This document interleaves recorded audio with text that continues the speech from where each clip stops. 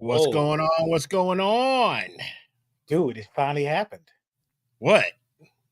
Look who's first in the chat. Let me see. Who is it? Oh, It happened. It happened. It happened. I gotta put my earplugs in. Oh, wow. And another bass player missed out. You know, Brad played bass. Well, I think bass was his first instrument or something like that, but he missed out. John beat him. Yes, Oh, Brad. Brad, you third. Oh, Brad, you Brad third. came in Brad. third. Oh. As my earbuds are not working, sit with me. Sit with me. What's going on, everybody? Oh, tomato bass. How y'all doing? Okay. What's up, good Welcome to people? Local Musicians. Oh, I'm sorry. You talking? What'd you say? No, go ahead. Go ahead. I I was was just ready. saying, welcome everybody. Welcome to Local Musicians. XP. I'm trying to get my What's up, Chappie? Another bass player. See, I see the bass players come in with the great guest that we have coming up. I almost said that person's name. You know what I'm saying? Who was that? Got Chappie. Chap is a bass player. Brad Thomas is a bass player. Oh, we got okay. Well, we must the next best instrument to being a bass player in front of a bass player is a drummer. So we got that covered too with John. Okay. I don't know how singers fit in with good bass players. Got Marcella Jones. So what's going on, Marcella Jones? How you doing? So I'm gonna try to watch because we're getting comments from different YouTube? places and they're not all coming on here. So what I'm gonna do is I'm gonna go log on because I think so eventually, guys, what's going to happen is we're going to exclusively have to go to YouTube. We've been trying to cross stream on these different platforms, but it's not working. It's not cohesive. So I wonder if we had a producer that was with us, it could alleviate some problems, you're working for Guinness right now, from what I see.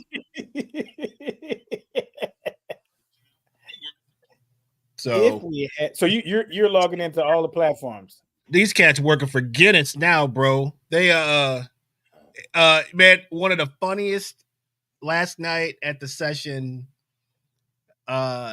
Nancy Gaddy, we were sitting at this table and she goes, I've never seen so many pictures of people drinking Guinness before. Podhorser and Brian Falgout, our trusty producer, they're over in Ireland right now, and they are like, they may not come back, from what I hear. It's funny that you should say that because our guest has an interesting situation with a beer of the month club or something like that. We'll have to get into it. You know that story? A beer of the month club? Yeah, beer of the week, beer of the month. I do not know that story. We'll get into it for sure. We'll get into it. I'm gonna have to check that out. So yeah, what's up? Yeah, what's up to everybody in the chat? Welcome.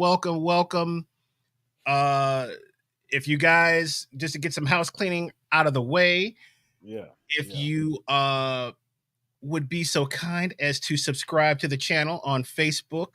I'm sorry, on YouTube, subscribe to the channel. Yes. You can follow us on Facebook, follow us on Instagram, set your notification bell on YouTube so you know when we are live or when we drop a new video. We do have some newer content that we just put up maybe a week or so ago, interviews with great jazz drummer and musical historian George Flutis, as well as a 3-part interview with our brother, the great Jez Graham, where we talked about George Duke. We talked about the Midnight Special. We talked about just musical careers in general, but very interesting stuff. If you guys don't know a lot about Jez, he's a walking encyclopedia of knowledge and has some really, really great stories of on every level. So check that out. That's up on YouTube. And you can give us, like I said, a follow on YouTube, Twitch, Facebook, and Instagram. All right. So with all that, getting that out of the way, let's see who we got in the chat, man. Can you Wait. You forgot something, bro. I forget? I'm just so used to your tagline, bro. We are here for your For your audio and visual pleasure. Yes. what I now? see my earbuds, man. Dude, I only got one working. So now everything is throwing me off, man. I'm half of myself. Equilibrium is off, huh? I'm half of myself tonight. Right. So, but yes, Okay. we are here for your audio and visual pleasure on this Tuesday evening. Chop it up Tuesday. Yes, sir. Scott Meter in the chat, bro. We got to get Neal on more often, man. I'm There's telling you, Scott Neil Meter. is bringing them out, This man. this cat bringing them in, bro. We got Somebody said, Marcella "Hey." Jones in the Why does it chat. sound like that? Hey, hey.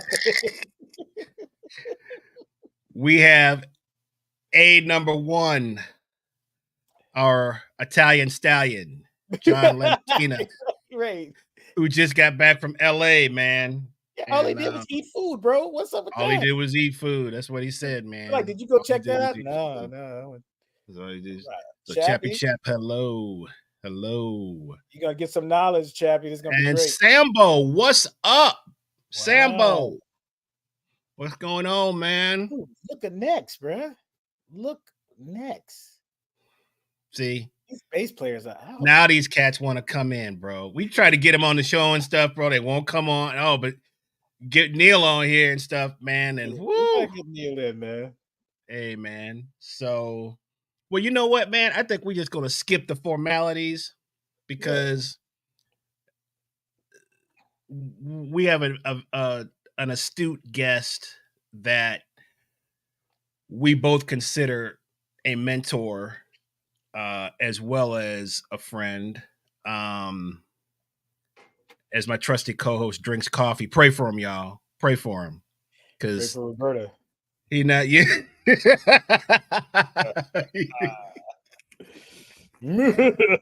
See, some of us, myself, Tom Gross, cats like that, we drink coffee all the time, so it's in our system, man. It's in our system. Neal drinks double shots, you know. Yeah. But this cat right here, to my right on screen here, Yeah. man, it's gonna be an interesting show. That's all I'm gonna tell you guys. That's all I'm gonna Yes. tell you. Sorry.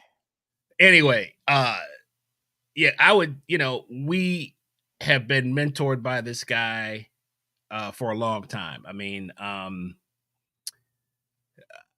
trying to think of my earliest recollections I thought about that today.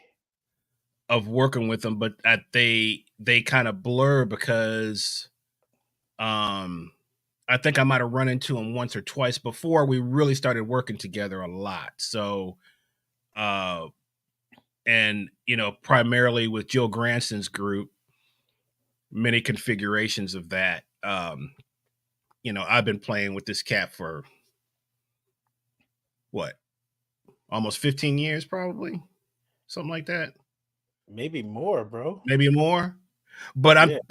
but like pretty consistently, like Yeah. um, I remember I had heard about him before I even played with him, right? And he'll probably remember this, but or maybe not. I remember I was playing at this place in Vinings called the Grape with Ben Taylor, drummer who used to live here. mhm. And I can't remember if he had a regular bass player or he was just calling cats. And he called me one day, week before the gig. Dude, we got Neal Starkey on the gig. I said, "You were able to get Neal Starkey for this gig?" He was like, "Yeah, I got Neal Starkey." I was like, "Oh man, I got a shed, man." And so I remember just like thinking, what am I gonna play, with this cat? And then it was just one of the easiest gigs ever. He knew every tune, everything. He was just so big satellite dish ears, could hear everything. And the feel Mhm. was great. And he had a great attitude. And I was like, wow, this cat is for real.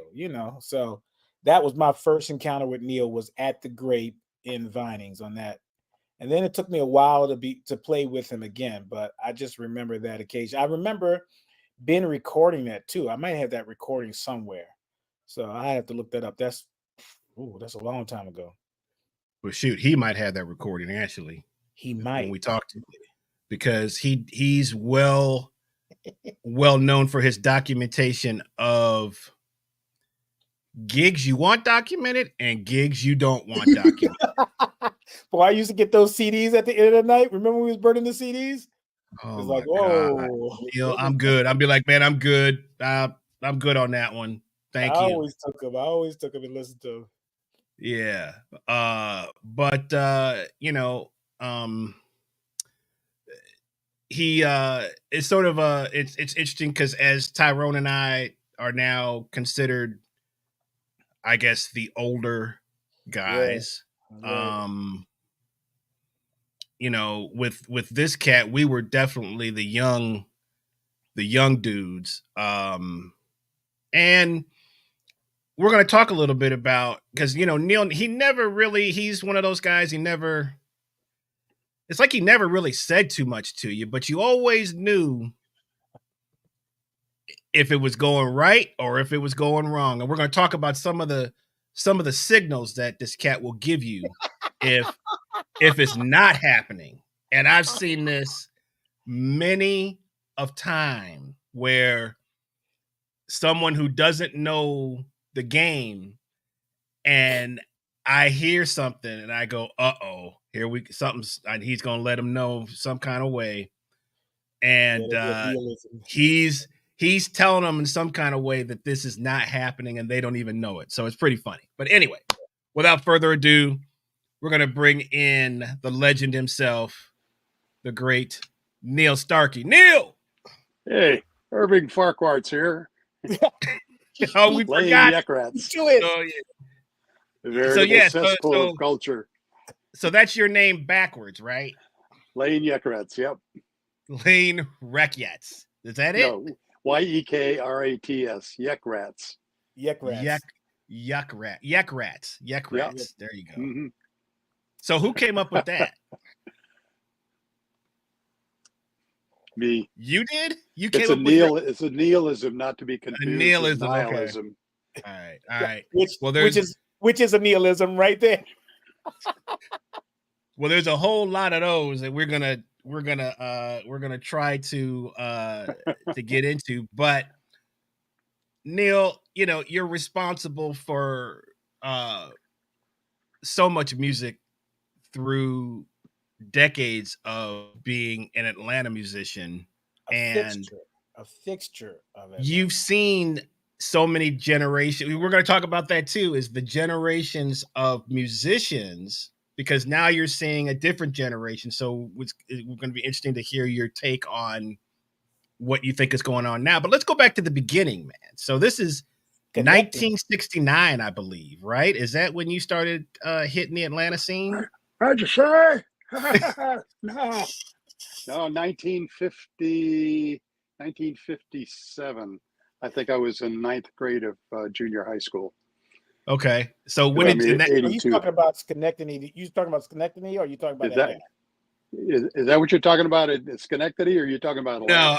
No, we could talk about that, but I was talking about just the Atlanta scene. But let's go back to that. So ninth grade. When did you start playing bass? Is that when you started playing bass?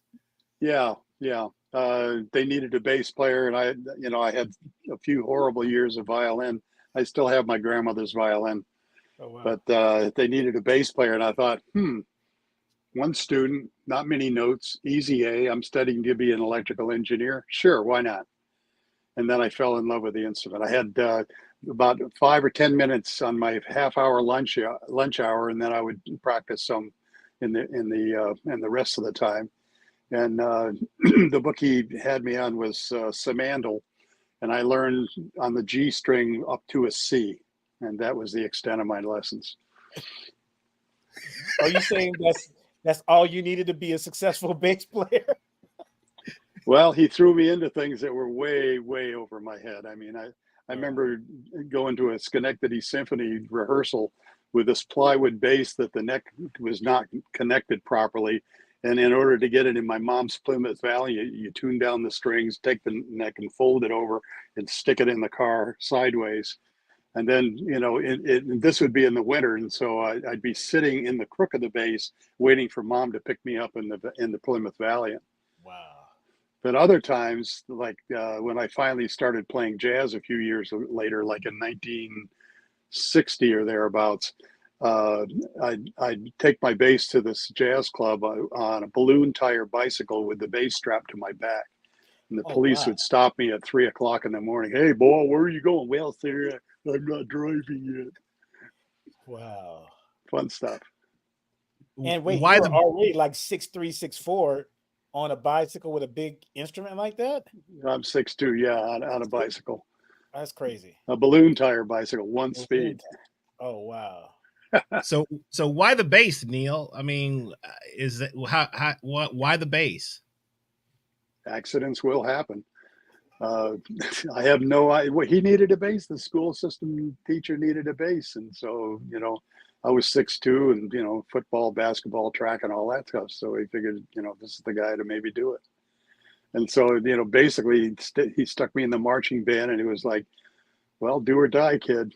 That's kind of the way it can be in New York. Well, I guess more so in the city. Schenectady is kind of a farm town. But yeah, just good luck, kid. How did you transition from, I don't know if you ever fully transitioned, but it's a parallel to Herbie Hancock, who was also an electrical engineer as well. And I guess you guys' minds think like that. How did you go from being an electrical engineer to saying, I'm a first call bass player? Like, when did that present itself? Well, mononucleosis, I guess. So I went mono, and it changed everything.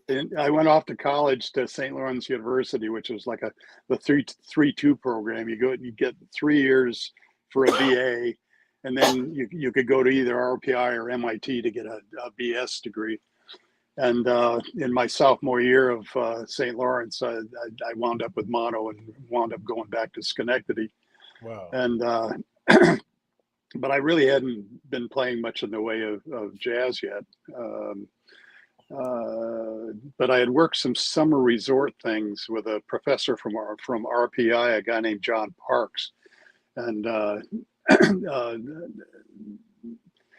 he actually hired me away as a waiter in one of the Lake George summer resorts to work at this place called Bonneview. I have recordings of all of that. And I actually had to join the Schenectady local. Apparently none of the bass players wanted to travel, 60 miles north and live at Lake George for the summer. And so, we were playing this gig, and then I got a sock cymbal so that I could play a little rhythm along with it. So with my left foot, I was playing the sock cymbal. And then we went to we'd have a hamburger at this restaurant after work. And on the jukebox was like Billy Rose, Billy Eckstein, some guy named Billy Evans, and there were 2 tunes. What is this thing called Love? And Periscope. And I thought, Periscope, that's a weird name for a song. And we listened to those 2 tracks, and it was like, holy mackerel. Scott LaFaro and Ball Motion and all that. So we spent the rest of the summer trying to figure out that chordal system. Right. And that was it. And what year would you estimate? 1960. Yeah, 1959, 1960, something like that. I graduated from high school in 1960, so it could have been between 11th and 12th grade or something like that. So that was kind of your introduction to jazz and to and then when I was back in Schenectady between colleges, Nick Brignola apparently got my name from somebody, and then he hired me to play with a heavyweight drummer named Dick Burke. It was like get the aspirin whenever Dick Burke was playing, because he was played really loud, and I was playing with a plywood bass with no amp. Ralph Casals was a guitar player, and we were playing, was this thing, Autumn Leaves and Stella by Starlight. I didn't know any of those tunes. So you either learn them fast or, they won't hire you again. And before that, my first professional gigs were with Italian and Polish wedding bands. And of course, all of that, that's fairly simple stuff to do. So you kind of get the idea that, oh, this chord's always pretty much going to go to that chord with little variations and stuff like that. And they would they would pick me up at my parents' house and drive me to the gig and stuff like that. So you were picking up theoretical concepts without taking theory. So you didn't know, hey, this is the 2 of 5 and the dominant, secondary dominant. You didn't know that. You just knew the magnetism of where the chord arrived or was attracted to, right? You go where the sounds are. Yeah. Yeah. Beautiful. Wow. I had no clue about. There were no mentors in Schenectady.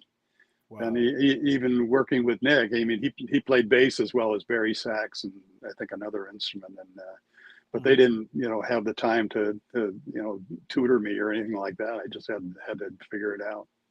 Right. So how did you? So was that something that you just sort of? Did you sit down and teach yourself a certain method to kind of figure that out, or you just heard it? Could you just hear it? And I just heard it. You just put one and one. You just put one and one together and just went with that. Yeah. It's in the Northeast where the energy levels are really high. It's kind of like do or die. And I mean, with the dance bands, for example, you had basically one chorus to learn the song, the second one to hone it in because they're probably taking the song out on the third tune. If you can't figure out a tune in three takes, they don't want to hire you again. Right. Now, I was also the scourge of the Schenectady Symphony because in high school I was building my own bridges and making pickups and doing all this weird stuff. And, we'd come out of rehearsal hall and they'd look, oh, yeah, that guy again. Well, there's a notorious story about how you would improve upon models of like either pedals or something like that and actually lower the value because you upgraded the circuitry or made it quieter or whatever. But when you went to go sell it, it would be, they wouldn't want it like that, right? Oh, well. Actually, no, I was experimenting with pickups in Schenectady, using old radio speakers and reverbs and taking the ceramic elements out of phono cartridges and making pickups out of them. Wow. I love tinkering with stuff. It's also about the time I got into amateur radio too. So, and Dad had a great big antenna in the backyard, and my first contacts were with Rome and Moscow and a few places around the world. The pedals actually didn't happen until Atlanta. Okay. And I got to Atlanta actually, I was working around Schenectady and pretty much doing whatever there was. And a bass player that was a psychologist came to town, and he figured a good way to get rid of the competition was to find him a gig out of town. So he found me a gig in Oklahoma City with one of the old DeCastro sisters. They made a hit called Hearts Made of Stone or something like that. So I took the train with my bass and a few clothes to Chicago and then down to Oklahoma City. They picked me up at the bus station, found me a room for $35 a month with 2 meals. And I went to work in this club that lasted for 4 weeks. And then I was out of work and stranded in Oklahoma City. But, I'd made jam sessions, so I already was able to establish a reputation. And stayed there for a couple of years. Actually, I wound up working with a guy named Dick Shreve, who was the pianist on the Made in Japan with Benny Goodman album. Oh, wow. From there, I went to work with a guy named Johnny Gilbert, who recorded on IRR Records in Abilene, Texas. Very interesting place. And then I got an offer to make my first record with a lady named Mary Fields in Albuquerque, New Mexico. So I moved to Albuquerque, and we worked in a jazz club for about 3 or 4 years, and had a good time there. But when the work scene got scrawny, I went on the road with a Hawaiian band, and that's what brought me to Atlanta. We came to Atlanta twice, and I stayed at let's see, what's that trade school on the street that goes down to 85? The Alamo Hotel. I mean, it was a flea bag of a hotel, like $35 a week for rent. When you're playing with a Hawaiian band, you're starving to play. So I would sit in with the band at the Regency Hyatt House Atlantis Club. And then I also sat in with some of the guys at the bowling alley on Ashford Simpson Road, the 11th Frame or something like that. Oh, wow. And then back in Albuquerque, I was between jobs because I've been traveling with another band. And I got a call one day, you want to come to Atlanta to play shows? And so I moved to Atlanta in September 1969. Wow. And then all kinds of interesting things happened here. You know, we lasted at the Atlanta, the Hyatt for about 2 or 3 months. And then got fired, and I worked some of the Lounge Lizard gigs for a while. And then eventually ran into a guy named Dan Wall. He was about 16, 17, 18, I think, at that point. And then a few years later into an Austrian guitar player named Karl Rotzer. And that's when all our, some really fun stuff started breaking loose. And that's when I started getting into pedals and altering my Mutrons, my octa dividers, my ring modulators, and all that kind of stuff. And actually, I may have bought them for 20 or 30, maybe $40. But when Bill Hatcher eBayed them for me years later, I think I got $500 each for the fuzz tones. And all I had done is just change a capacitor in it to have a ballsier sound for bass. And the Mutrons, I just put a stack of capacitors in there so that you had a wider range. Changed out the rocker switches for steps pedals, buttons, switches, and I forget how many, about $800 a piece.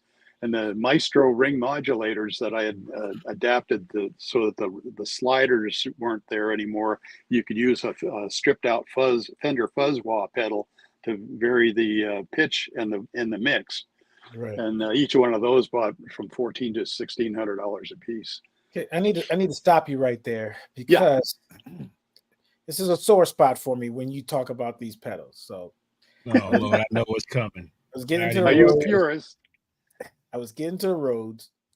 I was at a recording session at 800 East. I get this call from Neal. It's like, hey man, I went to the Athens house and I got a bunch of these pedals, man. I don't know if you're interested in them or not. I was like, well, what do you have? So he tells me what he has. I said, I'm coming over right now. We had a break, right? I said, man, okay, I'll get with you. He says, in all fairness, I want to let you know, I put in a call of Marlon Patton too. I was like, oh, snap. I got to get down there before Marlon does, right? So I get down there. I see this Boss pedal, which I wasn't really interested in it, but I was doing a session with Kyrie. And I saw the 2 Mutron pedals. I saw another a ring modulator, something else. You had an old Fender bass in there. And I said, well, I have this session I got to go to, Neal. How much do you want for him? He's like, well, just make me an offer. So something said to give him the money that was in my wallet. I won't tell people how much that money was, but it wasn't nearly as much as it. So I said, Neal, don't worry about it. I'm interested in the pedals. Once you figure out what it's going to cost, whatever, call me back and I'll come after the session and come get the pedals, right? It wasn't, but 5 minutes later, I get this call from Neal. Says, hey, man, how you doing? He said, I talked to Bill Hatcher. He's like, I think I'm going to get him to sell it for me. I was like, no. And then I looked up online, and it was like that one Mutron pedal was going for like $1,200. I was like, I had it in my hands. But hey, I'll tell this story too. I also got a beautiful Fender Rhodes. If anybody knows my Rhodes, the brown one, 88 Rhodes, Neal is notorious for really giving people stuff as long as they use it. And so he gave me that Rhodes for $200. Wow. And he had tweaked it out already. He had the pickup set up just like Chick Corea would have them. I was like, that is a beautiful instrument. So Neal, thank you for that. I appreciate that. That instrument, that was the full-size 88 key one? Yes, full-size. It's interesting how I got to that because my grandmother was in an old folks home in Greenville, South Carolina. And she was like a stride pianist of the old school, and she was great. But people wouldn't let her practice. They only wanted her to play church music. And every time she'd play those old pop songs, they'd get mad at her. So she painted a keyboard in so she could practice in her room. And I thought that, I said, Graham, won't they let you play? She said, no, I just can't play. I said, I've got a solution. So I found a Wordalizer, the Wurlitzer, desk thing with the speakers on it. Right. Brought it over with a set of headphones so she could practice. Well, a few years later she died, and I brought it back to Atlanta, and I traded, I think, Francis Wallace for a 77 key, the 77 keys. The 73 for 73 key, okay, and then. I had that for a while, kind of sitting around. And then I was playing a gig with Margaret Ingram, a pianist, a kind of cocktail pianist. And she said, boy, this thing is really too heavy for me to carry around. And so I said, well, I'll be glad to trade pianos with you. Because actually, the only reason I wanted the Fender Rhodes was because I was going to take the pickups out of it and mount them on my string bass as a pickup system. Which these systems absolutely befuddled the engineers at Piedmont Park, because I had these boxes and things with switches and dials and all that kind of stuff. And they're looking at this crap saying, oh, man. But her piano, it was just ratty. I mean, her car was full with McDonald's wrappers and stuff, and it was just an absolute mess. But the piano was too heavy for her to carry, so we traded, and that's how I wound up with the 88 that you got. And I'm glad I'm glad you got it at a good price.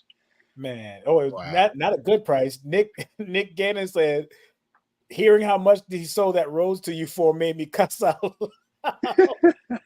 But look, hey, on that same gig was Chris Burroughs, who was like, "Hey, man, you don't need that." Because didn't you already have the blue one at that point? Had the blue one, yeah. Wow. But he had the stage Rhodes, and I was like, I had a bad experience taking my blue Rhodes out, and the fuse blew in it 3 times, right? A few. Oh no, fuse. Yeah, I had a suitcase. Yeah, because the power was all messed up, right?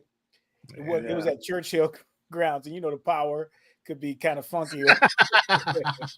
Wow, to say the least.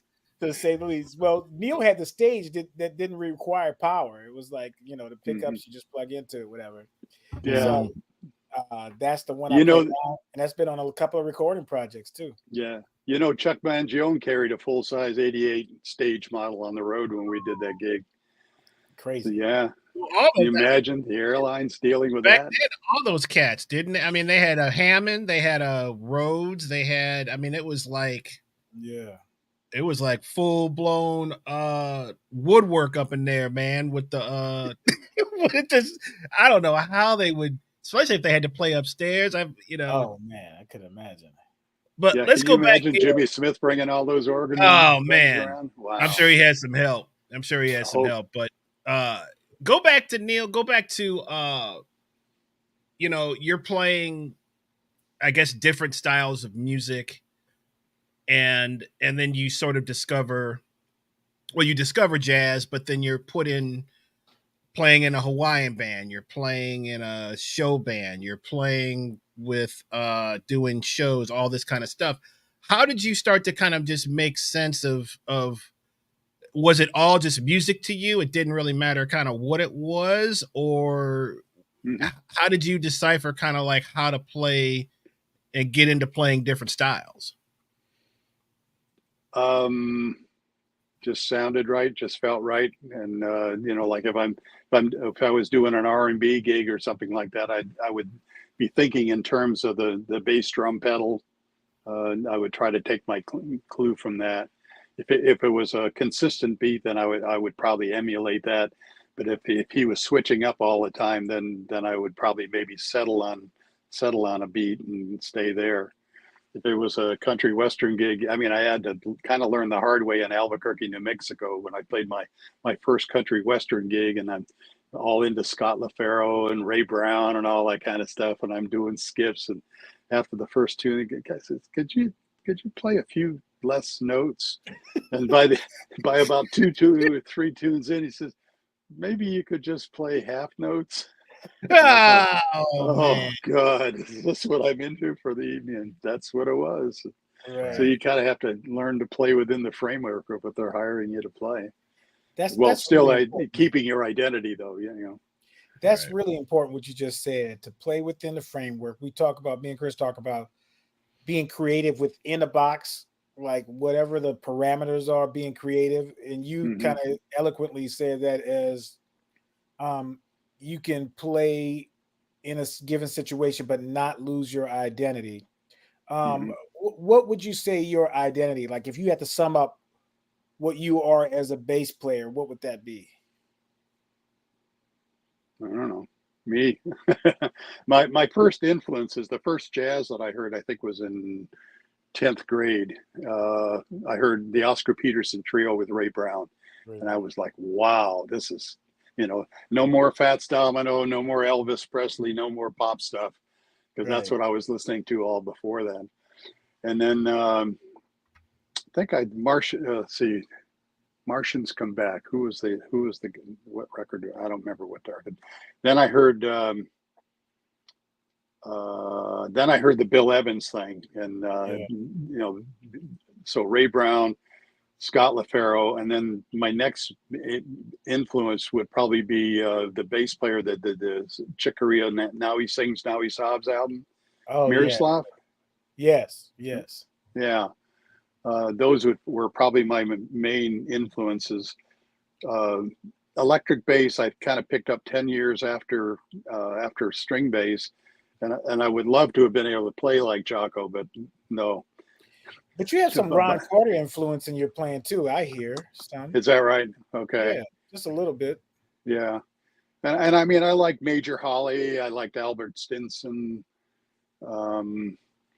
Actually, John Hurd took me to a jam session out in San Francisco with Charlie Rausch and Thelonious drummer. John Hurd was a good bass player too. He had his bass inside of an old MG kind of hatchback. Wow. And somebody figured out how to steal his bass out of that car. I don't know how they did that. You did him a favor.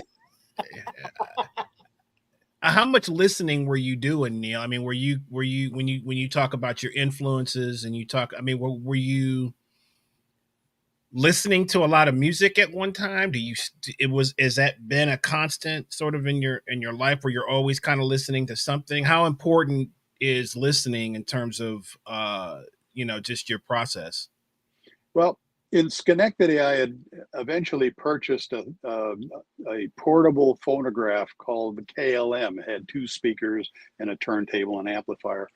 And I think by then I had maybe 150 albums. Stockhausen's Gazanga de Kinderd, Morton Subotnick, John Cage, the 5 rooms with people talking in all the different rooms. And a whole lot of different jazz styles. I was listening to a lot of different people. It took a lot of years to build up the collection of 7,000 or 8,000 CDs. So I was listening to an awful lot of stuff.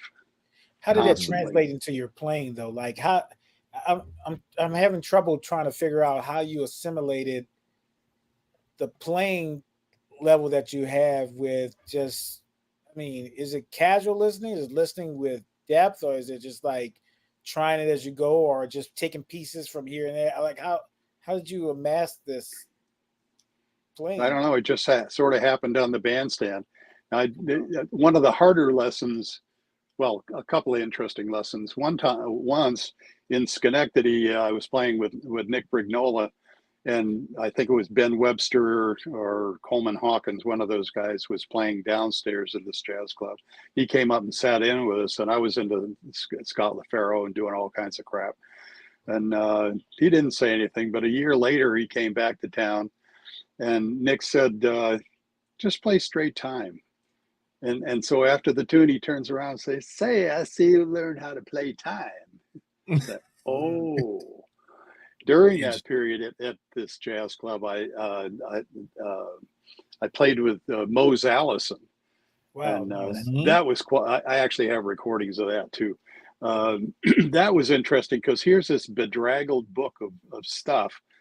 And, I'm barely able to get the half notes and the chords because I didn't have any idea what the numbers and the minus signs and all that stuff was. So whatever he was playing, you know, at least the root was there. And all of a sudden, nothing's matching. And I'm panic stricken, wondering, geez, now what you know, and of course I'm listening to what he's doing and staying with him. And I happen to glance over and there's this Cheshire grin smile on his face. And I'm saying, what? So that was kind of a lesson. That's a wonderful parallel, because that's what Oscar Peterson used to do to Ray Brown. So those little kind of things on a bandstand. Yeah. And Ray Brown got mad and threw those, like, was it tacks or pennies or something in the piano? Yeah, it was a story where, because Oscar Peterson was known for, like, just playing jokes, well, you know, really hardcore jokes. Like, it was like, we'll do all the things you are and do it in another key. And Ray Brown was like, what is going on, you know? Yeah. So, so that's interesting. Well, that got played on me in Schenectady also. I sat in with this group, and it was a great sounding group in this hotel. And the time was great, and the chords sounded good to me. And so I get on the bandstand, and all of a sudden things get loose and swishy, and the chords are like not working. And I'm trying to figure out what the tune is, and it's loosey goosey. And they were like New Yorkers that are testing this old country boy from Schenectady to see if he could figure it out. Wow. Good lessons. Man. So I mean, it sounds like the stage is really where you learned how to play.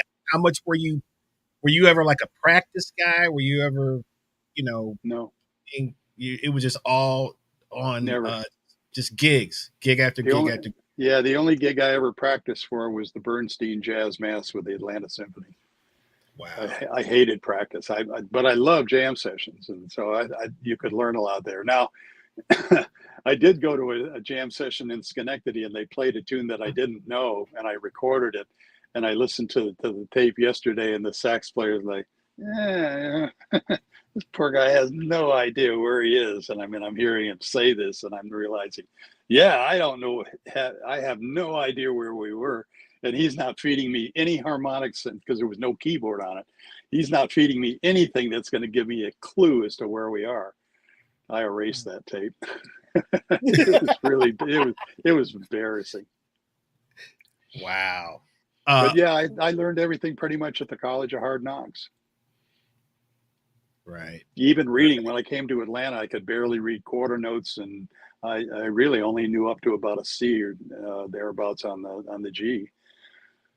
My first session was with a guy named John Barbie, who was a Juilliard graduate, could hear that 23rd violin who had just played a wrong note and stuff like that. Wow. So we're in the studio, and it's an eighth note. They're like do do do do do do do do, and at the end of it, doom do doom doom do doom, bossa nova beat. I had no idea what the rhythm was for a bossa nova beat, but you always run through these things once, and so I hear the horns do it, and I say, oh, okay, so I must be running parallel to them. And then at the end, I'm hearing the drummer do the bossa nova thing, and we got that session fine. At that time, I was playing with Gloria Loring, and Jack Riley helped me get that show straight because I was clueless. And the next recording session with Barbie, he wrote something out, and we played the session, and Starkey, come here. I thought, well, that's the end of my recording career. He said, you didn't play what I had written, but I like what you played. What do you need? What do you do? I said, well, I don't have any idea about the nomenclature, but if you'll give me the root of the chord, I'll hear the harmonics, what that's going on after that. You can just give me the changes, and then when you want me to play with the band, write out a line, and I'll hear what they're doing, and I'll know what to do. And so we did a lot of sessions for a number of years that way. And in the meantime, I was getting my reading up. And I didn't start getting the classical work in Atlanta until Martha Bishop hired me to do Handel's Messiah. And we're down in Carrollton, Georgia, and there's it says senza and consenza on the page, and I have no idea what that meant. So I asked the cello players, and they didn't know what it meant either. So we start playing, and I realized, oh, wait a minute, we're playing the same line and they're an octave above. Okay. And when I don't know the notes, you know, it's harmonious. So you can say, oh yeah, da da da da da da da da, whoop, whoop, whoop, whoop, whoop. So you know, you could get through this classical piece while it's still being a very rudimentary reader. Wow. But all of these things led up to getting the chance to play the Tony Bennett, Neal Hefti show. And Wow. after that, you know, by then my reading skills were getting better. And after that, the whole Atlanta show scene and concert scene was mine. Neal Hefti was a heck of an arranger, man. Yeah. Yeah. Yeah. The hardest person to play was the Burt Bacharach show. We did that at the Fox and also at Chastain Park. And you know, here's a measure of 2 or 3 in the middle of this, and you're going, right. What? Yeah, But it's hard to fake that one, isn't it? Yeah, no way. Right. You know, I love playing the standard classics because they're harmonically easy to do. But to sit down and play Schoenberg or something like that would be a bear. Right. The next challenge was when Karl Rotzer from Vienna, Austria, moved to Atlanta in the mid '70s, I think it was. And you know, there'd be a bar of 7 and several bars of 4 mixed in with a bar of 9 or something, where we'd be playing Speak Funk Easy in 7/8 time. Right. And I mean, you just had to hear it, really. You know, I mean, I was glued to the music, but you just had to hear it. Or he'd do Red Clay, and he would he'd play the first sequence through on time, but then he'd displace the next one by 1/8 of a note. Oh wow! And if you got off, you were screwed. You're messed up. Oh yeah. Hey Neal, can we transition to this is a 2-parter. Obviously, you went from being mentored to playing gigs, and maybe you didn't know you were mentoring others like myself and Chris. And I'm also interested. Here's the second part is you met me and Chris when we were way younger and playing the music. So I'm curious to know. Oh, I hate to even ask this question. What did you think about us when we were coming up? Even if you even think about that at all, but you know, we were like coming up and fresh in this music, man. You were like a staple. So you went from a role of being mentored to playing all this stuff, and now you're mentoring others. Can you talk about that a little bit? I don't think I ever thought about things like that. Right. I mean, you know, you guys were doing what you were doing, and I was enjoying very much what you were doing. Now it's a challenge for me to figure out what you're liable to do next, because I don't want to stay absolutely with you, but I want to stay somewhere in the vicinity. Right. And you know, because I'm not academically trained in that. Right. Even when I was teaching down at Georgia State, the only reason I took that job is because I played with the Kenny Warners and the John Harts and the names that would come through, Paul McCandless and all that, who I had already played with in Atlanta with Bruce Hampton. Right. But you're like I tell people all the time whenever I'm on a gig with you, and we laughed about this at the Red Light, where I'm leaning on you. I want to know the changes that you play. And Neal, you told me just this past Wednesday, you're like, yeah, but I'm really listening to see what you're going to play. So yeah, but that was playing with you, Neal, giving you your flowers right now.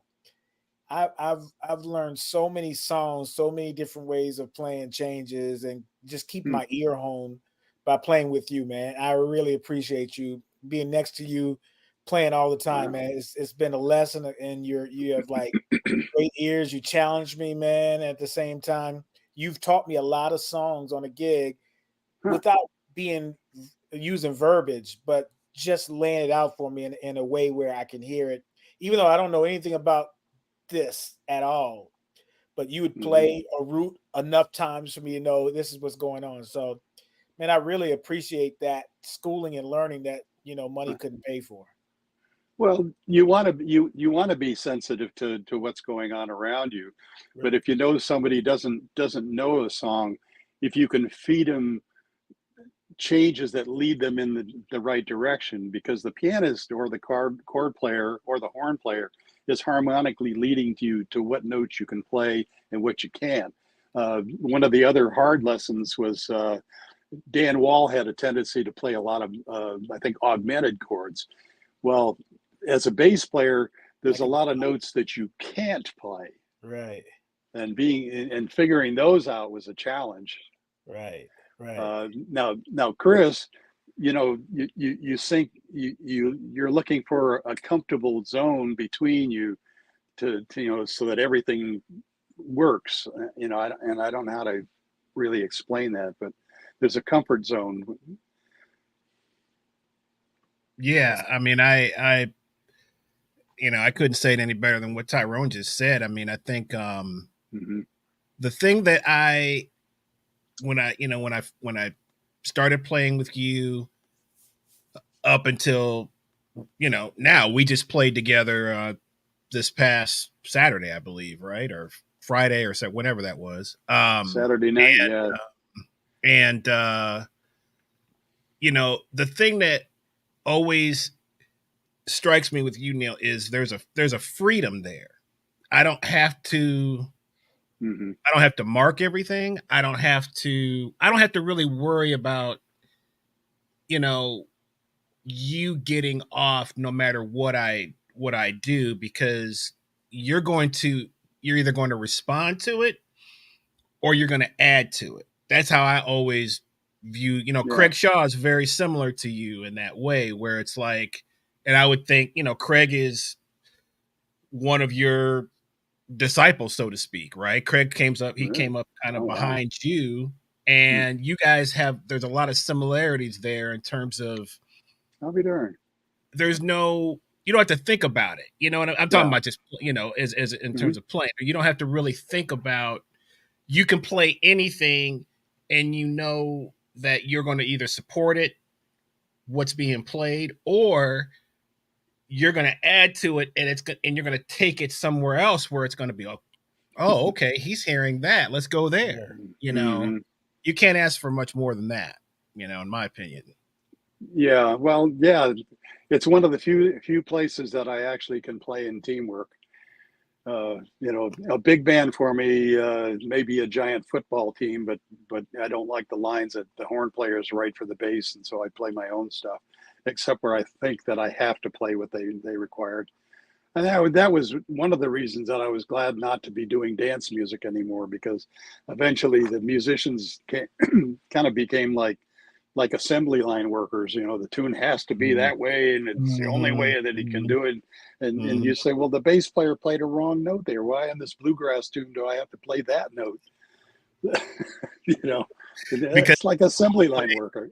Well, that's the only way that they can hear it. So you have to you take that into account. That's the only way that, with improv, with the music that we get to play together a lot, or you get to play together a lot with Tyrone, there's options there. There's a lot more options. So well, with Joe, I had to not play some tunes, because like where I was used to hearing a tune that the bass player starts on the fifth, he doesn't want that. He wants the root. And so I had, there's like one or two Christmas songs where he wants to hear that root. And right. You just have to. You just give them what they want. Yeah. Do it. Right. Neal, so just as famous as you are. No, just nuts and bolts player. For that, you are also famous, or should I say infamous, for other things as well. So I'll give you a scenario. I think I was playing with somebody at the Ritz Hotel in Lake Oconee, another area, and you and somebody else, a couple of people, were playing in the lobby lounge at Ritz at Lake Oconee. So I see this music stand, right? And I said, man, Neal knows every tune. Why does he have a music stand up there? And he's killing, right? And so I go over, it's like, Neal, what are you reading? Neal was reading a book while he was completely sold out. He wasn't even listening to the Cats players. And so that's one of those Nealisms where he's reading a book or listening to some podcast or ham radio broadcast while he's playing. And so Chris kind of alluded to that at the beginning of the show, that you have these things where if the music is possibly not happening, you will zone out and do something else. Neal's gone, man. It's completely amazing that you're Gone. playing the changes and you're not even thinking about it. Yeah, I got that magazine reputation from a big band that I was playing at the Regency. That the drummer thought I was reading all this old big band music, and he looked over and I was reading a popular mechanics article on waterproofing your basement. And there was another gig I was on with a show band, and we had played the same stuff over and over, Mom's Apple Pie type stuff. And I'm reading another magazine, and I've got an earbud in my ear because in the amateur radio bands, I had a gadget at the house called Melvin, and Mel would take the ASCII characters that came off the DX alert thing. DX meaning distance in the foreign, some guy in a foreign country broadcasting on a certain frequency, and it would say, F6 is FYZ on the Marquesas Islands at 14205, and I said, oh gosh, I'm missing a country that I want to work on the ham radio, but I'm playing a gig. So that's where I got that. But there were a lot of other guys that on the Broadway shows, especially during the days when there was space between the tunes, where they didn't load you up with a million notes. And Cecil Welch and Harry Hagen and some of the other horn players, they'd be watching football games during the Broadway shows at the Fox Theater. Yeah, excellent. Yeah. I've been guilty. Of course. You got the ultimate though. F these cats, man. I'm done. I mean, I wasn't being mean. I was just doing what I was doing. I was just doing it. Well, I mean, I've seen you do things though, man. Like, it's obvious if you are not digging what's going on. You're especially. I mean, I've seen it being in the audience. I've seen it obviously playing with you for as long as I have. I mean, it's funny. There's no ill will necessarily, but it's just like, dude, I'm like, Neal's been there, done that, man. He ain't trying to hear this one. So, if the drummer is having time issues. Oh man. Neal would purposely speed up the song. I'm like, Neal, what's going on? Well, he's going to listen eventually. Well, we have had some drummers that insist on taking an up tempo and taking it to La La Land. So I said, well, okay, how far into La La Land do you want to go? I mean, you'll take a person doing that so many times, and then you just say, well, okay, well, I guess we're going to rush the fast tunes. How fast can you go? Or they're going to drag the slow tunes down to nothing. Right. Or if the keyboard, I've heard you play with the piano. If the piano player is playing some sorry chords or something, you will figure out what they're playing and you'll play it with them to just accentuate how bad it is. I've heard it so many times, man. Like it's like the condescending. It's like without like, I guess, calling the cat out or whatever, just like it's like you're like, oh, you're gonna play that? Okay. Yeah. Well, I'll play it. I generally don't get emotionally involved, except every once in a while. If you get, a guy who's a real egomaniac and he's playing, 1-3-1-3-5, and so, oh, okay, this is a blues, da da da da da da da da, so yeah, sure, okay, let's go there. Neal, we saw John Sanford last night, a rare sighting. That one too. The upside down hand. Have you seen the upside down hand, Tyrone? You know what that means, man. It just means that Neal's left-handed. Right. Or he goes to the little bottom string in between the bridge string, goes pew pew pew pew pew pew. Hey. Or the two-step. Mingus did that. Anyway, I'm sorry, man. What were you saying? Charles Mingus did stuff like that. He pulled the string off the side of the neck. Oh, right. Well, we had a gig. I think it was at the Botanical Gardens. It was me, you, and John Sanford. I don't know if you remember that gig. Mm-hmm. And we were waiting around a long time, and then all of a sudden people started coming in. So John Sanford said, let's play a blues in G. Do you remember this situation? So he says, let's play a blues in G. He starts to count it off. I turn and look at you, and you have the smile on your face, right? And I said to myself, I know Neal is going to play the tritone sub. He's going to play C sharp. So it would have worked if I would have played the chord I originally was going to play. But I decided to play the most dissonant D flat kind of chord in the world. Really? And we play it, and John Sanford turns around. Are we in G? Neal, me and you just bust out laughing. We just shook our head and said, yeah, we're in G. And after the song was over, John Sanford's like, what happened? I said, that's totally my fault. I was like, I saw this look on Neal's face, and I just knew he was going to play a C sharp.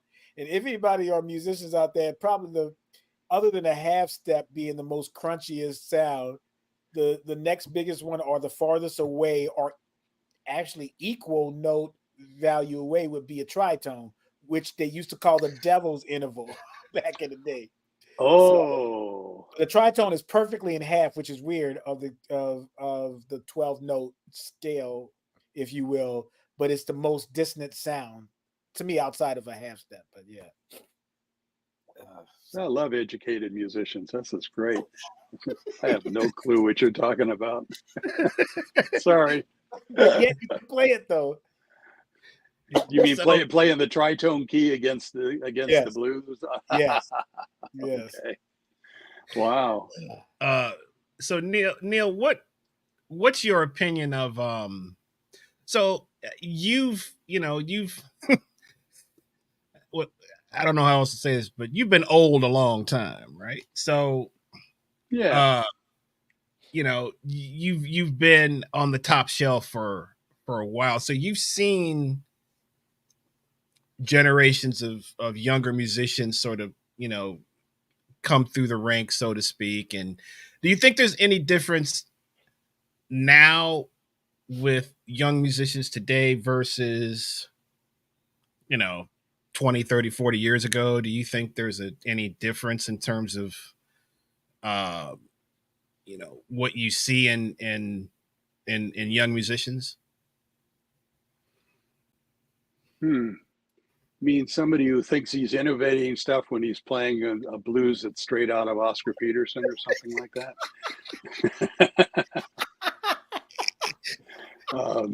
However, but I mean, we do tend to repeat them, every generation, kind of like, and then in like 2 or 3 years, that newest generation will think they're onto the newest hot stuff when maybe we did that 20 years ago. So, kind of all circles around over and over again. Right. Right. I love hearing new musicians come on the scene, and always, if there's a chance of getting them on the scene and working, always want to do that. Mm-hmm. Mm-hmm. Okay. What keeps you going as far as playing bass now? I mean, obviously, as much as you've done musically, you still want to keep playing. What's that like now that you're how old are you now? 80. I'll be 83 in December. Yeah, man, you're still working hard, man. You're like almost 6-7 days out the week. What keeps you going? I just love to play. I never get tired of it. I know a lot of musicians get really burned out with music. And I mean, I guess in a way I sort of got burned out playing pop music, but it kind of burned it out for me. I didn't really have a choice because all these singing bass players moved into town, and Right. pretty much took over the wedding and bar mitzvah scene. So Linda Ramus and Rich Nendista and me and maybe one other bass player were all of a sudden out of work in the pop scene. And I don't miss that. Oh, by the way, since Scott Meter's online, Scott, you and I did a recording session for some advertising people that were definitely out to prove each other that they all knew what they were doing. Bill Hatcher and I are sitting in the studio, knocking out this piece perfectly each time. I think we did 10 times. And you're in the studio with your electronic drums, and you push a button, click, and the rhythmic stuff starts happening. And then when it's all over, you adjust a thing or two here, and then push a button again. And Bill and I are slaving away. And of course, Bill had this clock in the bottom of his guitar. And after I think after the 10th or maybe 11th take, Bill said, "That's it. Not getting any better." Puts his bass in the case, pulls the top down, and said, "That's it. This is some music for George Strait." Is Scott there to comment on that? Wow. We'll see. Yeah, we'll see if he's still. Hatcher may comment on it too. Yeah. That is vintage Hatcher. He does that kind of stuff for real. Oh yeah, we're glad of it. And he was right. I mean, we played it perfectly every single time, and it's just advertising. Well, maybe if you put a little more oomph on this part and a little feel over here, and we're going. Let me see if I could translate that. So while you and Hatcher were working hard, Scott Meter just pressed a button. Is that what you said? Well, I thought it was priceless when the electronic drums around, and I love it. Like he crosses arms, He's in there twirling sticks around. Yeah, he didn't have to use any sticks at all. It was on his Lindrum or whatever that thing was. He had already programmed the whole thing. Oh yeah, he was an excellent studio drummer. So just that he had that all programmed. Yeah. Well, man, we got to kind of, I think, do some different shows with you, Neal, and break down some specific things.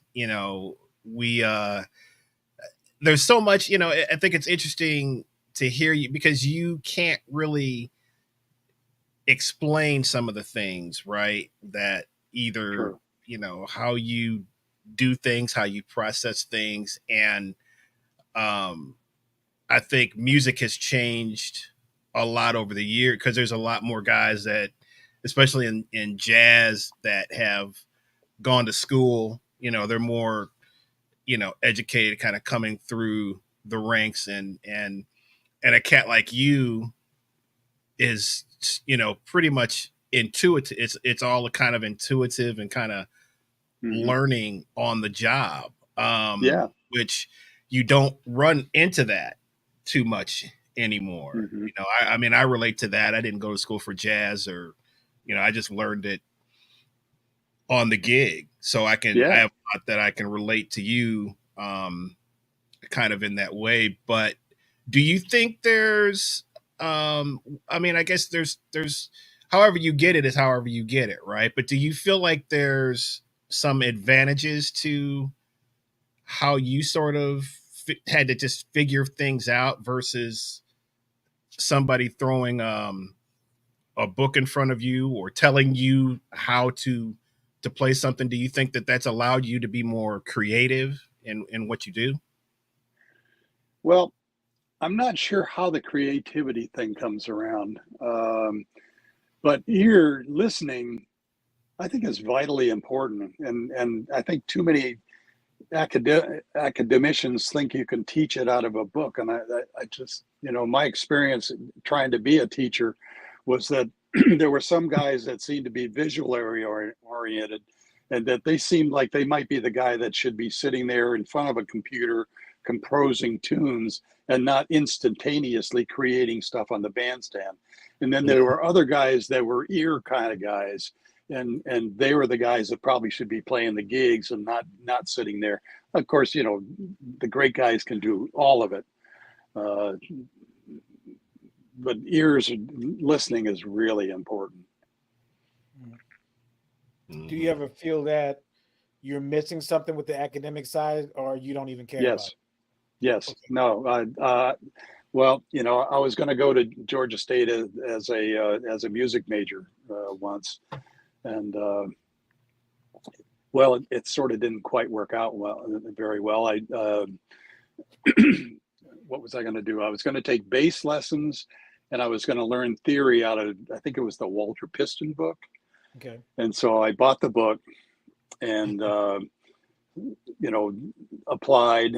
I had to take an audition, and I think now these are guys that I had worked with and done studio stuff with, so they already knew what I could do and what I couldn't do. And so they said, "Well, Mr. Starkey, you need to play a prepared piece." And I said, "Well, what prepared piece?" "Well, something out of the literature." what literature? Well, out of the classical literature. So, well, I don't know anything out of the classical literature. How about if I play Satin Doll or a blue? How about Satin Doll? I'll play the melody, and I'll play a bass line, and I'll take a solo. So, okay. So I did that, got through it, everything was fine. So now, Mr. Starkey, you need to play a 2-octave scale. So, well, I can't do that. That's why I'm coming here to school, to learn how to do that. He says, well, we have to have you do that anyway. So, I fumble around with an F scale and get all the way up and all that. Everything's fine. And it says, now, Mr. Starkey, you need to take the theory test. And I said, well, I don't know anything about theory. So, well, I'm sorry, but we have to give you the test. So he gives me the test, and I get about 7% right. He says, okay, fine. And then a few days later, I get the notice that I've been accepted at the music department of Georgia State. In the meantime, they've got me lined up 5 days a week from noon to 5 in the afternoon with stuff. I'm not sure what all they had me doing. And then this is for 3 credit hours. In the meantime, they want my transfers from St. Lawrence University, from Union College, where I was studying physics, and the University in New Mexico, where I tried to become a music major, but I missed the midterms because I was out on the road for a month, and I missed the finals because I was out on the road for a month. And so while they're waiting for that, the orchestra conductor calls up my wife and says, well, the schedule for this fall with the symphony, the Georgia State Symphony, is, it's like 2 or 3 days a week and a concert and all that. And she looks at my book and she says, well, he's got 1 day open here for a rehearsal, and that's about it. And the guy says, well, no, this is a requirement. He has to do this. And she says, well, I'm sorry, but my husband's working all the time. And he said, well, he'll never make it in the music business if he doesn't do this. And she said, do you know who my husband is? You hired him to play principal bass with your orchestra at Georgia State, and you're telling me that that he has to do this. So I'm sorry. And about that time, my transcripts came in. They said, Mr. Starkey, we think maybe you should try a junior college and get some credits there before we can accept you as a student at Georgia State. And I said, okay, I guess that takes care of my music career. In the meantime, I'm looking at the Walter Piston book and trying to figure out the exercises and saying, I don't know how to play piano. I'll never get this. So in the closet it went. Yeah, that's the fallacy of academia, because you are already working. Yeah. You are already playing music. I know. So, yeah. Fortunately, the heads have changed, I think, on that, haven't they? Oh. Well, yeah. Well, yes and no. I will say at Kennesaw State University, I can't speak for other universities, but I will talk about Kennesaw. We are very, very, very lucky and blessed to have Sam Skelton and the team that we have there, where he recognizes that, right, and says, okay, let's make an appeal for this kid or this whatever, because they already are playing music. They just need to hone this side. So where they probably wouldn't get in, he makes it possible for them to get in, and it's the best thing in the world. We have a lot of people who graduated and went on to play with great bands, but other schools probably wouldn't take them because of what their transcript says. So I would love to see more schools do that, but I know Kennesaw does it. So we're very fortunate to have that system and be a part of that. But yeah, you've generated real good students that come out of there. When they come in to sit at Red Line, it's very obvious. Oh, beautiful. Yeah, I'll give you a secret, Neal. I come across this all the time, being in like both worlds, the academia world and using my ear for stuff and that kind of setup. Secretly, those guys, and maybe not so secretly, those guys want to be like y'all. So I always want to ask the question, like, if you're mainly ear player, do you miss the academia side? And the academia side people miss the ear thing, so it's they want to be like y'all as well. So don't worry. It would be nice to be able to academically tell a musician what to do.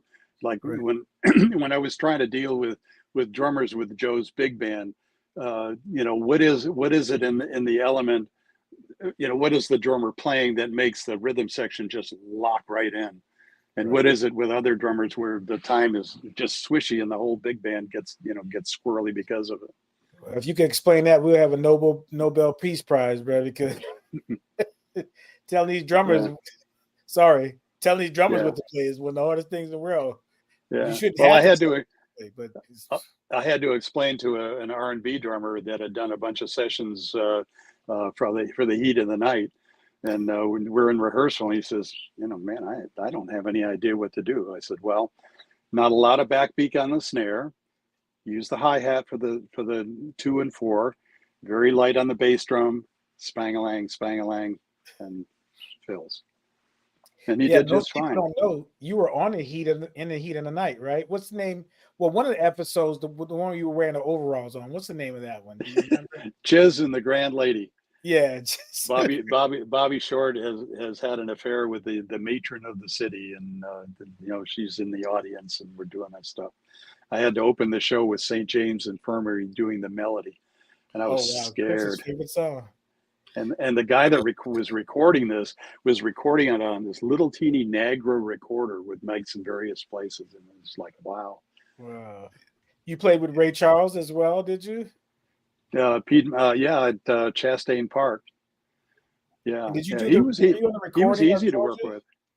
The Georgia State theme song that's on PBS, we did essentially a recreation of Georgia. Okay. And that version is essentially a blues. Right. And you taught me those changes too, I remember. There's certain part in the song where it could be 3 different things. Uh-huh. You taught me a 4th thing, so thanks for that. Okay. Well, there was another thing that I realized in chord players is that, they'll get to a point, and I call it branching theory, because you could go, straight ahead, or you could branch off, to the left or to the right, and they'll play a note, and then that'll tell you which branch you're going to take harmonically. Oh, that's pretty cool. Conceptually, that's really deep, Neal. I never thought about it like that. But yeah, if I go up a half step to the right, that might lead me to above the 5 going that way. And then if I go the other way, it's going to trigger another whole cycle. Wow, that's pretty cool. I never even thought about it like that.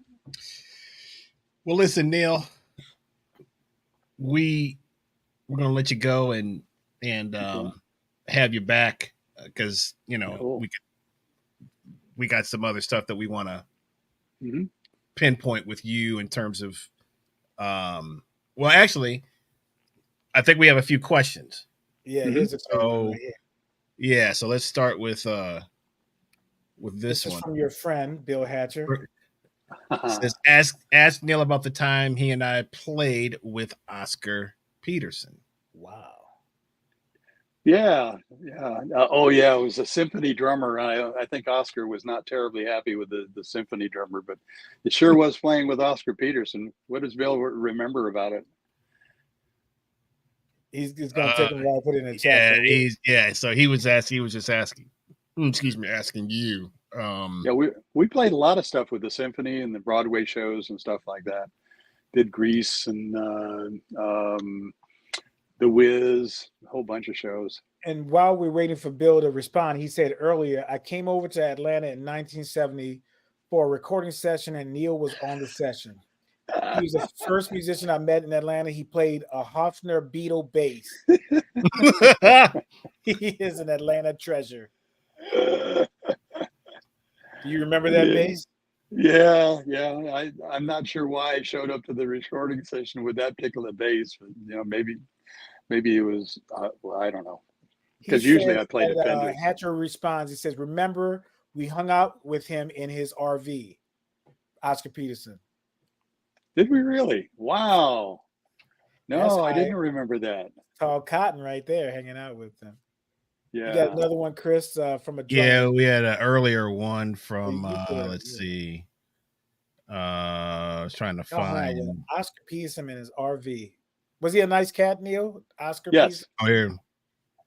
Incredible. So Brad wanted to know what jazz music you were listening to when you first started playing jazz. First jazz album I heard was Oscar Peterson Trio with Liza Jane on it. That album, Second jazz album I heard. J&K, J.J. Johnson and Kay Winding. That was the second jazz album I heard, and I was sold. And then Martians Come Back, which I can't remember what band that was, and then Portrait in Jazz with Bill Evans. Yeah, when I got hooked when I heard Oscar Peterson, Nigerian Marketplace. My uncle played a record for me, and I was hooked after that. So Oscar Peterson I couldn't imagine you guys getting a chance to play with him. That must have been incredible. It was fun. Well, Ray Charles was fun to play behind, but he was brutal on the drummer. He did not like the symphony drummer playing behind him. I think they might be a little stiff or something like that. Oh yeah, they're stiff. And the guy was a great drummer, like Krasnov drummer, but he just couldn't quite have that feel. Hey. We did a thing with Buddy DeFranco once with the Cobb Symphony, I think it was, and we finished the concert, and Buddy says, "Yeah, let's play another tune. What should we play?" And I think we came up with Cherokee or something like that. And he says, "Well, yeah, what key do you want to play it in?" I said, "Well, any key you want to play it in." He says, "What tempo?" I said, "I don't know." He says, "How fast can you play it?" So we start playing, and the drummer drops out, the piano drops out, and it's just the two of us playing Cherokee. Wow. Fun stuff. See, John Lamartina says, I saw you play Brown Sugar with Diane Carroll. Really? At the I Fox. didn't know I played behind her. No kidding. You played with so many people, Neal, you forgot. Somebody came up to me with a couple of pictures. Do you remember playing with Charlie Rausch? I said, yeah, I do. Do you remember playing with Lee Konitz? I said, no, I never played with Lee Konitz. Well, here's the picture. I'm like, jeepers creepers. Diane Carroll, Neal, no kidding. Tell me about Walter Mitty. Let's see what.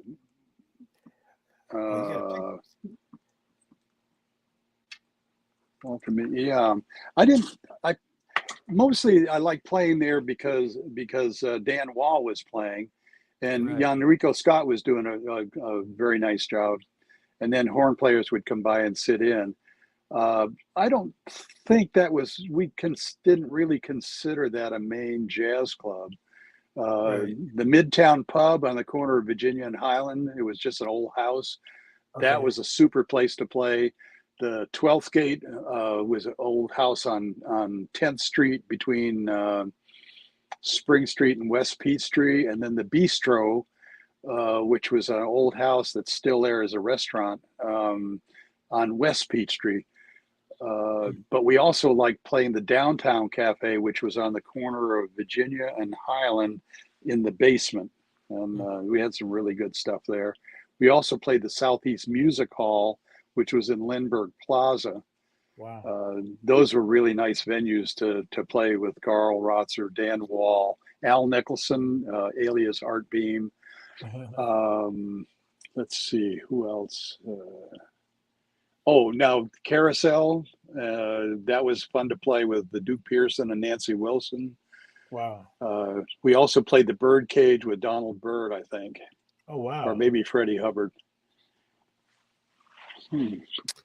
Is my dude Dave Strohauer. What's up, Dave? Haven't seen Dave in a minute. Dave is the owner of Earth Shaking Music, and actually, I took a drum lesson with Dave, man, way back in the day, like back in early 90s when I moved here. But shout out to Dave Strohauer. But he says that he played with Neal and George Douglas. Is it? Well, I guess it's Douglas. George Doges. Doges back in 84, 85. So wow. And he says, great to see your smiling face, Neal. I actually met Dave through Doug Ponier. That's funny. I remember that name. I haven't seen him in years. Yeah. What's he doing? He's living his life. Rents out Airbnb, does like estate sale stuff, and I think he still plays the drums every now and then. Mm-hmm. Yeah. Yeah, man. All right, Neal. Well, we're gonna let you go, man, and we will reconvene with some other topics with you at a later Okay. date. And yeah, we All right. really appreciate you coming Aside on. from being a great musician, you are one of the most giving people I know. You've given a lot to a lot of people. Too much. Well, thank you. Yeah. So, I think this laptop I'm on is a Neal Starkey gift. I got a good. camera. I got a Neal Starkey camera. Oh, Man, wow. my wife got the big iPad. The Pro. Yeah. Good. Yeah. Good. From You know, what is it? You pass the things down through family and friends and stuff like that. It's a good way to go. Yeah, I've got two at least two small iPads from Neal that he's given hooked me up with. Cool. So. Oh, wow. Listen, man, we love you, man. We thank you. You know, we we owe so much. I mean, the music community is in debt to to you, and you've seen it.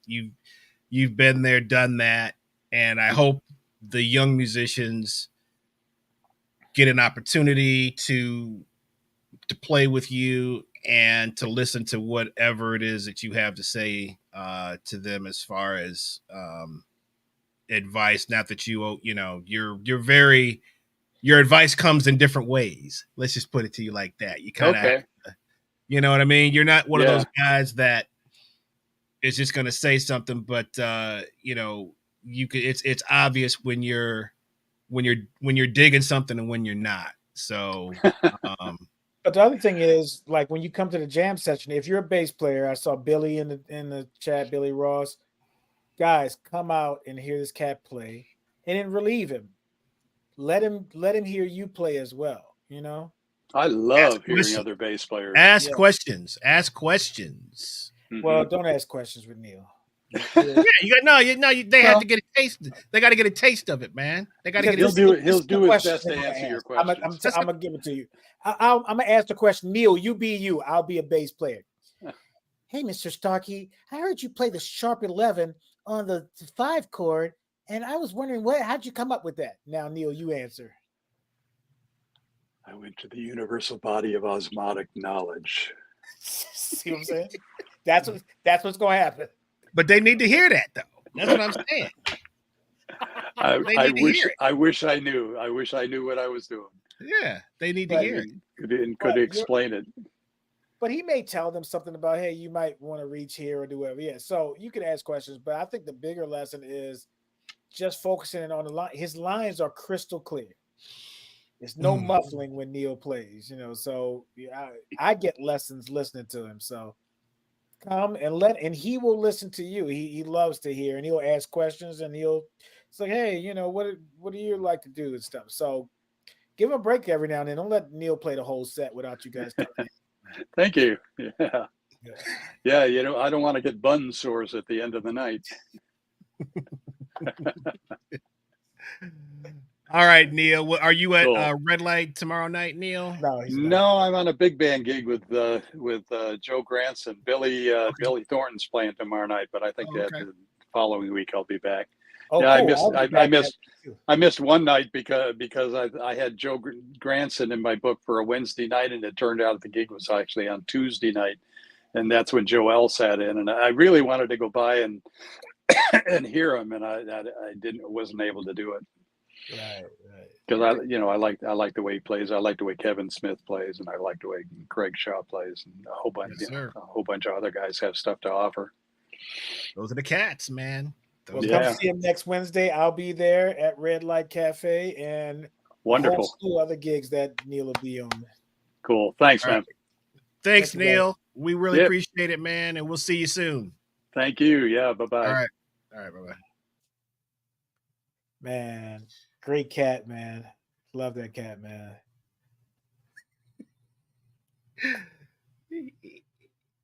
I mean, there's just nobody like him. Nobody like Neal, man. He does the two. I call him Starkey Vision. I don't know why I came out. I was like, "What's up, Starkey Vision?" I do that. I just have a nickname for him, man. But he'll do the 2 left hand thing every time, Mm-hmm. So yeah, man. Yeah. I mean, as a drummer, Neal's never directly said anything about that I was doing anything wrong, even like in the early days, man. Like, right. But it was, I just sort of, paid attention to what he was playing, and then it would kind of tell me what to play, or he's so he's such a conversationalist, right? Which is for a bass player is super rare, because that's not really I even to their defense, man, that's not really what their job is, but he has a way of talking to you when he's playing, man. I think it definitely is the job. They bridge the gap between me and you. But I guess what I'm saying is you have to be able to communicate. Like that person could be. We all know bass players that are. It's my way. It's the highway. But dude, let's be honest. Those cats don't last, bro. Like, because nobody wants to play. In there for nobody wants to play with them, man. Nobody wants in there for a hot second, and then they're gone. They gone. Nobody wants to play. Man, I was talking to somebody else about that recently. God, who was I talking to? I can't remember who I was talking to, but we were talking about that, man. And that's it. Actually, there was a conversation going around about click tracks, right? You remember that it was on Facebook about people chiming in with drummers, playing the clicks. And this one drummer, man, he was like, dude, I love a click track. He said, because it eliminates anybody else trying to tell me where the tempo is. And I was cracking up, man. I was like, man, that's a good way to think about it. That's a good way to think about it, man. Right. So that is. Because it does. It can be like, and dude, I can tell you, you already know who the who's is. So, but yeah, those are the cats, man. It's like, I don't know anybody that likes to play with those cats, man. Well, tell me this, because me and you and Neal, we're conversationalists, we interactionists, like I like to say. Right. But what happens if you're a conversationalist and there's no conversations? What do you do? Like, how do you deal with that? Well, you Neal Starkey the situation, and you bring your consumer report book, or your football game, or your dude. I'm not even lying, man. You had a football game? You seen me put the foot? You had never seen me? Yeah, you're a Notre Dame fan for sure. So, but I've seen that. Yeah. You see me put especially like if it's, it's not like would be like on some, corporate, and it's like everybody, it's just like, dude, we all know what we're trying to do here. You're not really playing. You're just kind of wallpaper or whatever. So it's not like I've never done that out of disinterest in the band, though, which I think he has. Right, definitely has. I can see Neal just saying a big, man, forget it, man. I'd rather listen to some ham radio. Oh man, but yeah, man, we're the little behind the scenes stuff, but Hey man, I don't think we've ever recorded a trio record with Neal. Maybe we should just book some studio time. Maybe people want to come in, do the headphone thing, put your headphones in, be a part of it, and see what happens. I mean, not come in with any pretension about what we're going to play or any plan. Let's just play and see what happens. That sounds like a plan to me, man. Mm-hmm. If you guys are interested in that, let me know. Mm-hmm. To come and listen to it, not participate. Tell you right now. It's your turn now. Boy, you must have been sitting on that one, bro. Because I came home and told Roberta that, and she was like, really? I was like, I started to say, nah, I don't need one. Let's go back to the melody. Let's go back to the head. I don't need to take one. I think we have a story every Tuesday with We're gonna start calling it. We gotta come up with a name for this segment, man. Yesterday's juice. No, yesterday's tea. Just like, wait, I almost quit yesterday. I almost died yesterday. That's the segment, bro. I almost let go. Oh man. I mean, those are the times you just want to fade to Bolivia, bro. Mike Tyson. Bolivia. Boom, boom, boom, boom, boom, boom, boom, boom, boom. That's what you need to call it. Fade to Bolivia, bro. Replay. Boom, boom, boom, boom, boom, boom, boom, boom. Oh man, play Bolivia, bro, in the background. Where do these people come from, man? That's what They show up, dude. This cat came up and got into Joe's personal space, like 3 inches from him. I would like to play. I was like, thank you, bro. How did he hear about it? Man, it is what it is. He's like, but the cat was there early. He got there early, bro. He come up to me. So, yeah, good to see you on the Skins tonight. I was like, the Skins, man. I told John Sanford that. He's like, Skins. I was like, it's like, cat been watching the Flintstones, man. No, man, I use protection. I'm with you. I got protection. Dude. Man, I gave the cat the coldest. I was just like, yeah, man. Yeah. You like, you no. Huh? You get those guys coming, hey, Daddy-O. Just been resting my eyes. Thinking, all the old I got CDs for sale. Right. Like, oh, really? I guess it's your turn now. Wow. Man. Oh, anyway. Yeah. So, all right, guys, we're in our element here, but we're gonna let y'all go. We've been on here. We've been trying to keep the streams to a respectable.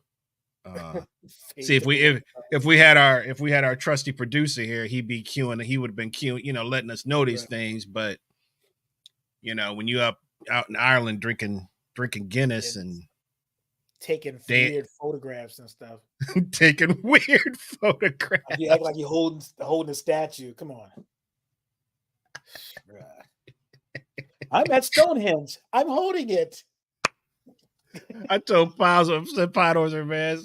I was like, "Dang, you found something older than you, bro. Stonehenge." Like, finally found something older than you. Gentlemen, he can take it. Oh, we be zinging each other, man. Oh.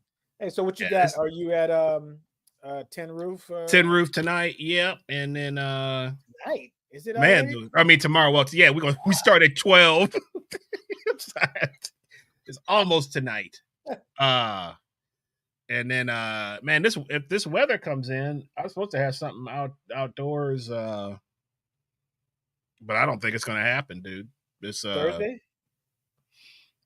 Thursday or no, well, actually, I had a session that got canceled on Thursday, and then I think the gig was Friday or Saturday, but I don't think it's gonna happen, dude.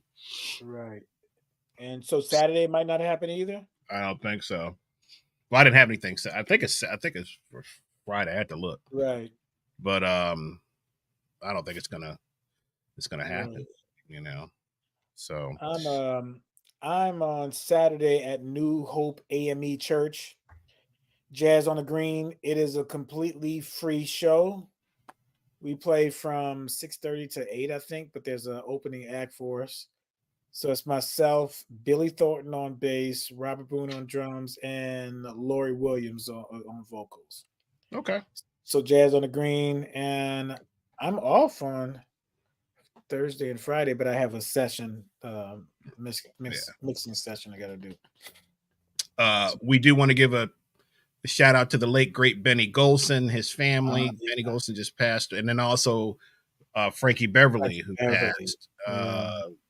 we're gonna we'll do a little bit of a tribute to both of those cats, maybe next week. And I like that, I like that opposite sort of thing, because they were both super influential in what they did. And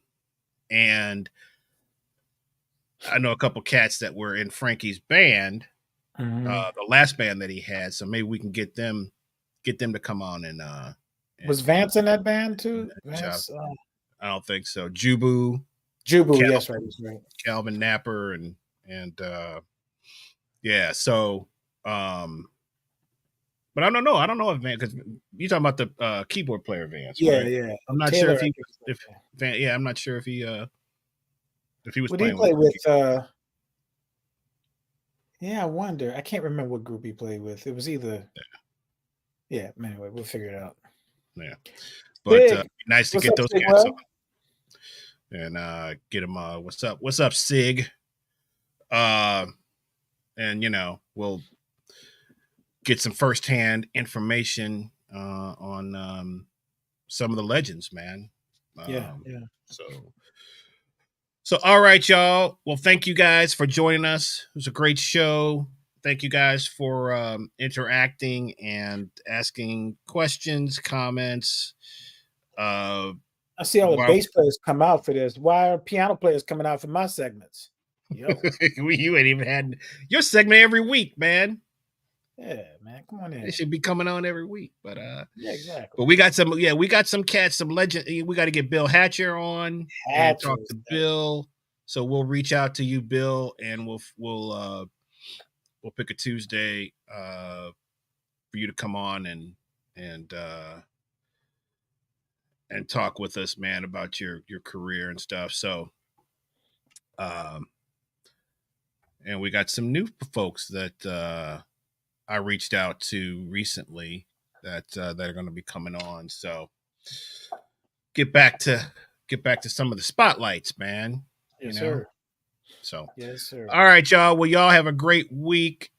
Stay safe from the storm. Hopefully, if you're in the southern region, pay attention to the weather, so you can see what's happening, because it's coming for sure. So right. All right, guys. We will see you guys next week. Peace.